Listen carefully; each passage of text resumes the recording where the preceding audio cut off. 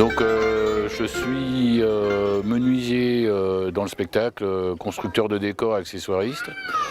Je travaillais au Théâtre National de Bretagne. Mon rêve, c'était de faire une grande tournée, enfin pour le Théâtre National de Bretagne, puisque j'étais intermittent, donc un peu voilà, corvéable à merci. Et j'ai fait partie des gens qui ont accueilli le Théâtre Écaz-Zingaro quand ils sont venus en 2004 ou un truc comme ça. J'ai placé des billes et j'ai sympathisé avec le directeur technique et je suis parti avec eux, quoi. C'est comme ça que je me suis parti, je suis resté 7 ans et demi avec eux, un truc comme ça. Et là, voilà, là j'ai présenté mon voyage au Japon parce que j'ai eu la chance de faire une tournée. On a été en Turquie, on a fait la création du spectacle en Turquie. Après on a fait un tour d'Europe, après on est parti à Hong Kong. On a refait de l'Europe, après on est reparti à Tokyo et on a fini à Moscou. Ça fait un sacré périple, ça fait 4 ans, 4 ans sur un spectacle. Alors, quel était ton rôle en fait dans cette compagnie? Alors là j'étais déjà permanent parce que les permanents et les non permanents, j'étais là tout le temps. Alors mon rôle, je m'occupais pendant le montage du chapiteau d'entretenir et de réparer tout ce qui était cassé en bois. Je m'occupais de monter certaines tentes extérieures, j'étais responsable de ça. Et tout ce qui est accessoire, de remettre en état, de faire la maintenance et de répondre aux désirs de Bartabas qui avait des idées des fois et qu'il fallait trouver des trucs à droite et à gauche, quoi. Voilà, à Hong Kong, il m'envoyait chercher des masques chinois avec des grandes fourrures. Après, il m'a demandé de trouver des rouleaux d'encens, des rouleaux d'encens géants qu'on trouve dans les temples et qui se déplient comme ça en... Enfin ouais, je me suis retrouvé avec des tas de missions abracadabrantes, mais c'est ça qui est passionnant, quoi, en fait. Je me suis retrouvé par exemple à aller chercher, comme c'était l'année du rat, quand on était à Hong Kong, il a voulu qu'il y ait une cavalière qui jette des rats dans le public. Et fallait que je trouve des rats qu'on puisse jeter dans le public sans blesser les gens. Alors voilà, c'était toute une recherche et tout ça. Puis en fin de compte, j'ai fini par en trouver. Des rats, en fait, je les ai trouvés chez Ikea à Hong Kong. Des rats, des peluches de rats, et la cavalière, elle jetait un rat dans le public. Alors j'en avais acheté tout un stock. Alors déjà, c'est pas mal se promener à Hong Kong avec un sac poubelle rempli de rats. C'était assez rigolo, en prenant les bateaux, parce que là-bas c'est beaucoup par voie fluviale. Et les rats, en fait, on est revenu avec l'intégralité des rats, parce que les gens, à la fin du spectacle, ils rendaient les rats.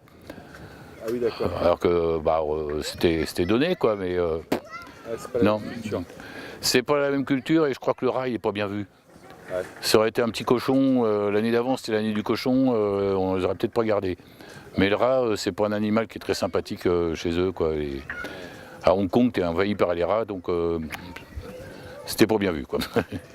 Et est-ce que tu as développé quelque chose de particulier avec les chevaux pendant cette année, ou toi tu avais déjà quelque chose de particulier avec les chevaux? Alors les chevaux, non, j'avais rien de particulier avec les chevaux. J'étais monté une fois sur un cheval ou 2 fois, mais c'est tout. Je suis pas monté plus, parce que une certaine méfiance. Je me suis fait mordre, je me suis fait écraser le pied. Je me suis fait bousculer, mais violemment. Je me suis retrouvé sur la piste, accroché à une remorque, parce qu'un cheval avait reculé la remorque, m'avait enfoncé les poumons. Enfin bref, non, pas des rapports très très sympas. Si tu veux, pendant le spectacle, je jouais, je jouais. Je passais les accessoires aux cavaliers, enfin j'avais tout un jeu dans le spectacle, et qui fait que j'étais en contact avec les chevaux, mais j'étais pas dessus. Donc j'étais vraiment à portée de tout ce qu'on peut, les bousculades. Il y avait un cheval en particulier, il ne pouvait pas me blairer, parce que c'était un entier, et du coup, comme c'était une cavalière qui était dessus, pour lui j'étais concurrent. Ah oui. Donc il a essayé de me tuer une fois, il a vraiment essayé de me tuer, quoi. Il s'est cabré dans un endroit où il n'y avait pas de place, et il visait ma tête avec ses sabots avant, quoi. Super. Voilà, c'est... Okay. Et quand c'est un cheval, c'est un lusitanien, c'est les grands chevaux blancs. Voilà, tu vois. Ouais. Tu te fais attaquer par un cheval comme ça va que la cavalière était super cavalière, elle l'a couché tout de suite, mais moi j'ai... ouais. Et, voilà. Aujourd'hui, tu es venu raconter spécifiquement le voyage au Japon. Voilà, le voyage au Japon et expliquer comment je me suis retrouvé au Japon, quoi. Voilà, j'ai expliqué ça et les photos que j'ai fait au Japon, puisqu'on est resté 4 mois, je ne sais plus exactement à 15 jours près, quoi, mais au moins 4 mois on est resté là-bas. Et donc j'avais quand même des laps de temps où on ne travaille pas tout le temps, quoi. Il y a quand même des moments où je pouvais me balader et tout ça, j'avais ramené plein de photos. Et j'ai adoré ce pays-là, donc j'étais encore plus motivé pour en parler, quoi. Qu'est-ce que tu as apprécié là-bas, particulièrement la culture, les gens, la façon dont ils vivent? Alors déjà, je me suis pris une grosse claque au niveau des dépaysement, quoi. La claque que j'avais pas eue à Hong Kong, là je me suis pris une claque. La ville, c'est pas une vraie ville. C'est pas une vraie ville telle qu'on l'imagine. Tokyo, c'est pas Hong Kong, c'est pas une ville, une mégalopole qui monte en hauteur. C'est pas très haut. Il y a juste le quartier des affaires qui est vraiment haut, mais autrement le reste, c'est pas très haut. Les gens, tu as des rapports un peu spéciaux avec les gens quand c'est au niveau professionnel. Mais quand c'est pas au niveau professionnel, c'est vraiment des gens gentils, tu te fais pas agresser. Dans la rue, tu peux te promener tranquillement, tu n'es jamais embêté. Les gens, tu es en train de chercher avec un plan, les gens ils s'arrêtent pour t'indiquer. C'est tout propre, nickel. Tu perds ton porte-monnaie, tu vas le retrouver 2 heures après, tu vas le retrouver. Les gens l'auront ramassé, l'auront posé sur une borne, quoi. Tu vois, c'est vraiment. Dans le métro, il y a 10 000 personnes. Hein, toi, tu es coincé au fin fond du métro, tu veux descendre. Tu dis sumimasen en levant la main, tout le monde s'écarte et personne ne rentre tant que tu n'es pas sorti. Ouais. Ah ouais, ou du métro chinois aussi, quoi. Parce que tu as les gens ils se mettent de chaque côté de la porte. Et tant que la dernière personne n'est pas sortie, il n'y a personne qui rentre. Et après, ça rentre tranquillement et ça va aussi vite. Et alors, on peut aussi parler de choses qui nous touchent tous. Peut-être aussi le côté culinaire, il paraît que les repas japonais sont très fins. C'est très bon.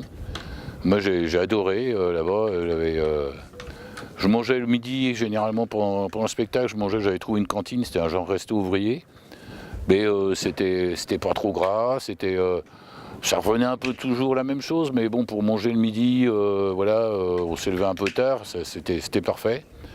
Et puis autrement, la nourriture japonaise, c'est fin, ça reste abordable financièrement. C'est le logement qui est très cher là-bas. La nourriture, c'est vraiment bien, quoi.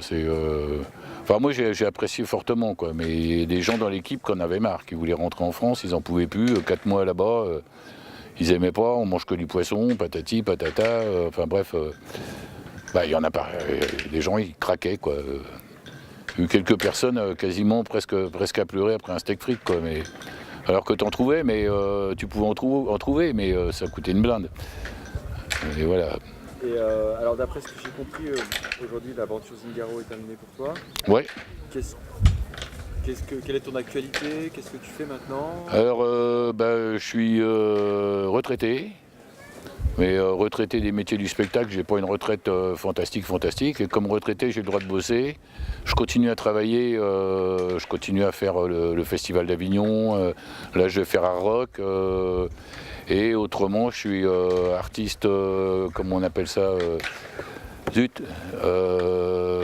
sais plus le nom. Tiens. Enfin bref, je suis déclaré à la Maison des Artistes sous un intitulé d'artiste qui me permet de faire ce que j'ai envie de faire. Est-ce qu'on peut te suivre quelque part? Sur Facebook? Sur Facebook, j'ai un truc qui s'appelle... je ne sais pas si je vais rester parce qu'il n'y a pas longtemps, j'ai été voir sur Facebook ma page. Et en fait, il y a plein de trucs qui se sont greffés, qui n'ont aucun rapport avec moi. Et donc, ça me déplaît, quoi. J'ai pas envie... je faisais part de mes créations, ça s'appelle le maillet à l'oiseau. Je faisais part de ce que je fabrique. Pas mal à base de tournage sur artiste plasticien, voilà. Artiste plasticien, ça veut rien dire, tu peux faire ce que tu veux, mais j'espère qu'il n'y a pas d'artiste plasticien. Tu vas te faire massacrer. C'est pas grave. J'assume. Mais et donc je fais des sculptures, des créations à partir de tournage sur bois, des choses comme ci, comme ça, quoi.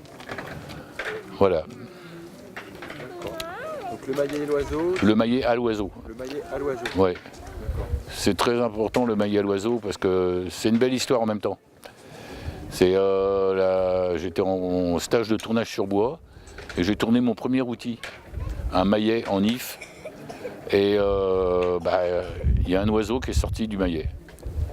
C'est-à-dire vraiment, j'ai le dessin, je l'ai gardé, je ne m'en sers pas comme maillet, j'ai le dessin de l'oiseau comme un oiseau stylisé, mais avec les yeux, les ailes et tout ça. Les veines de l'if et le cœur de l'if ont sorti ça. Voilà, c'était obligé que mon atelier s'appelle comme ça. Écoute, Ramon, je te souhaite le meilleur, une excellente continuation. Merci. Puis surtout, merci à l'assaut. Ouais. Voilà, c'est à eux. Partager ton voyage aussi, parce que c'est bien. C'est important d'avoir des personnes qui viennent témoigner de ce qu'ils vivent. Bah ouais, c'est chouette, et puis c'est agréable de partager. J'avais un peu la trouille, mais en fait, ça va. Ouais, le public t'a pas mangé, ça va? Non. Ils ont été gentils. Ils ont été gentils. Il y a des gens qui sont venus me voir, me parler avec moi après et tout, c'était chouette. Super. Voilà. Merci beaucoup.